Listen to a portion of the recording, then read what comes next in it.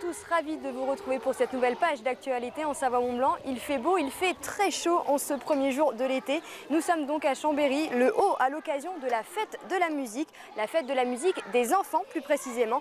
Mais avant, voici les titres que nous allons développer en ce mercredi 21 juin. Nous parlerons des jeunes Savoyards qui s'engagent au conseil départemental. Élus au sein de leur collège en automne 2016, ils s'étaient penchés durant toute l'année sur le thème de la citoyenneté. Claire Chabal les a rencontrés. Et puis, deuxième épisode de notre série consacrée à l'Hôtel Royal d'Évian. Aujourd'hui, nous irons à la découverte du room service, un service discret qui se doit d'être impeccable, encore plus dans un palace, vous le verrez. On se trouve donc à Chambéry-les-Hauts et plus précisément place des Combes pour les 50 ans du quartier, mais également pour la fête de la musique des enfants. Toute la journée, ils se sont succédés sur la scène que vous pouvez voir derrière moi et un peu partout dans le quartier. Un moment important pour ces jeunes qui montent souvent sur scène pour la première fois. Je vous propose d'écouter l'un des responsables d'une association du quartier qui sonorise cette fête de la musique des enfants. C'est déjà important d'avoir un événement sur le quartier pour dire que la culture elle est aussi accessible dans les quartiers, donc c'est aussi important. Et puis c'est important pour célébrer un petit peu aussi les enfants qu'on a tendance à oublier sur cette manifestation-là, où on a des groupes un peu plus professionnels généralement qui participent à des choses plutôt en soirée. Donc là en journée ça permettait d'avoir quelque chose qui soit en direction des enfants. Ils ont été concernés parce que pour beaucoup c'est une production devant du public. Donc c'est pas évident, donc il y a un travail aussi qui se fait au niveau de différentes structures, puisqu'il y a les maisons d'enfance qui ont participé, enfin les écoles, il y a pas mal de gens engagés sur cette fête de la musique des enfants. Et donc c'est vrai qu'il y a une petite, je dirais un petit stress particulier, parce que là on se produit en plein air, et puis devant des adultes, devant un public, alors que d'habitude on répète ça un peu avec les copains dans sa structure de jeunesse.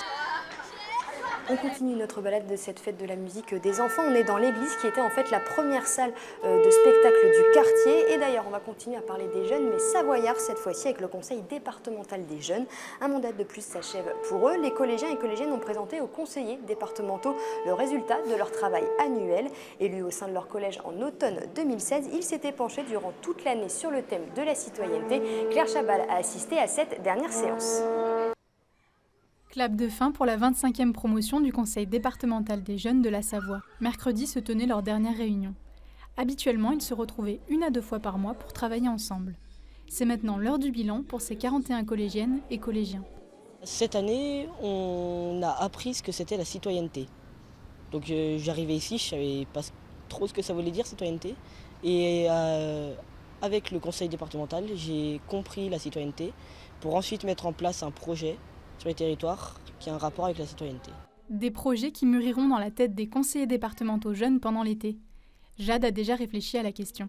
Dans mon idée globale, j'aimerais bien faire travailler avec une association pour l'environnement ou contre la pollution, ou sinon travailler avec mon collège. Toutes ces idées sont réalisables grâce à une enveloppe globale de fonctionnement de 60 000 €.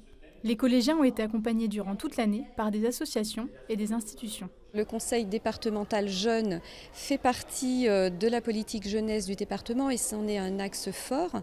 Donc cette année, ils nous ont montré encore une fois de plus que nous avons une jeunesse qui est complètement motivée par l'engagement citoyen, qui est ouverte sur les autres et sur le monde qui les entoure.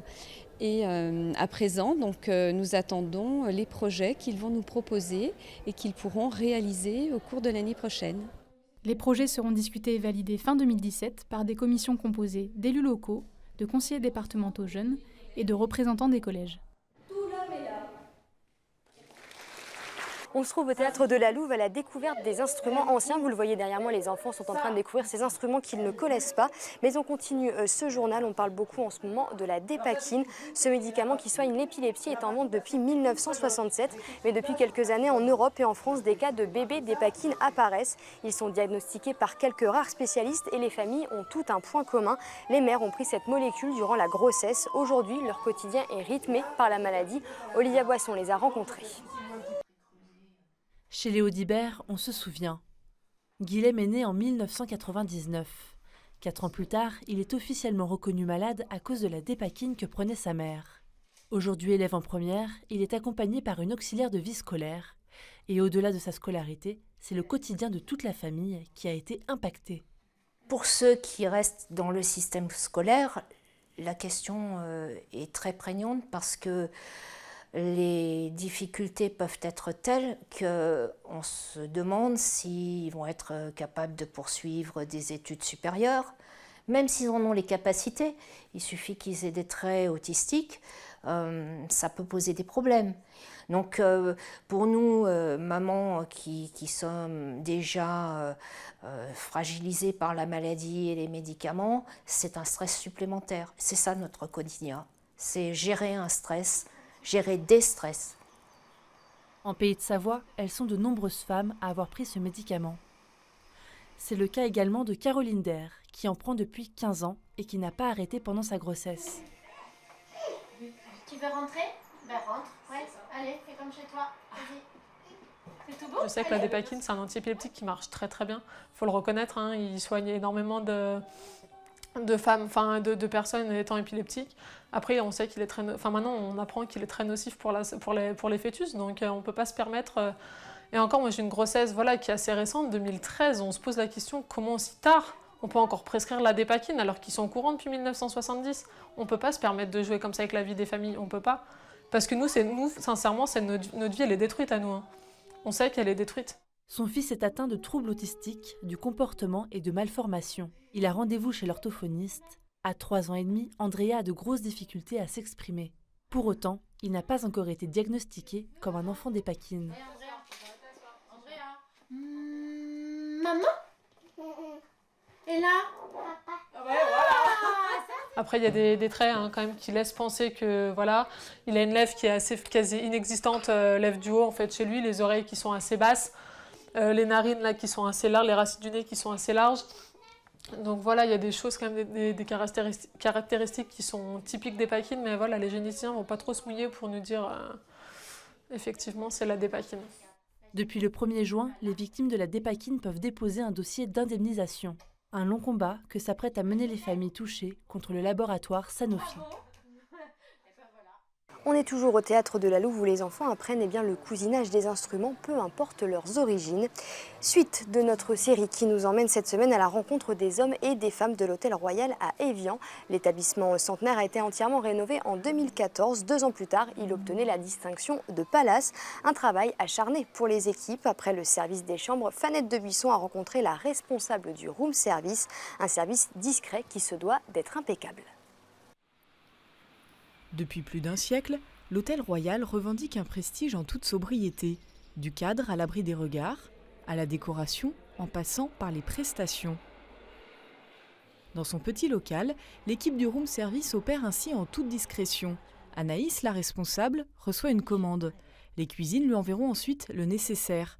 Ici, l'hôte est roi.